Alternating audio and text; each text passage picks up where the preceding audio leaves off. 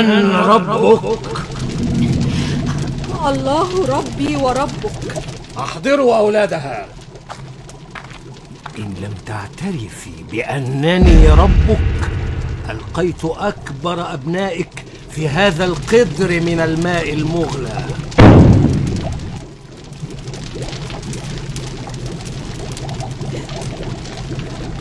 الله ربي وربك. ألقوا بالفتى في الماء.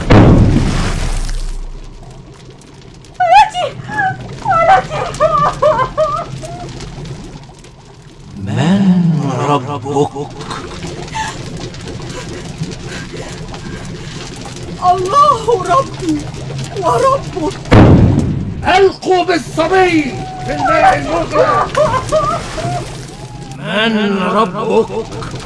الله ربي وربك.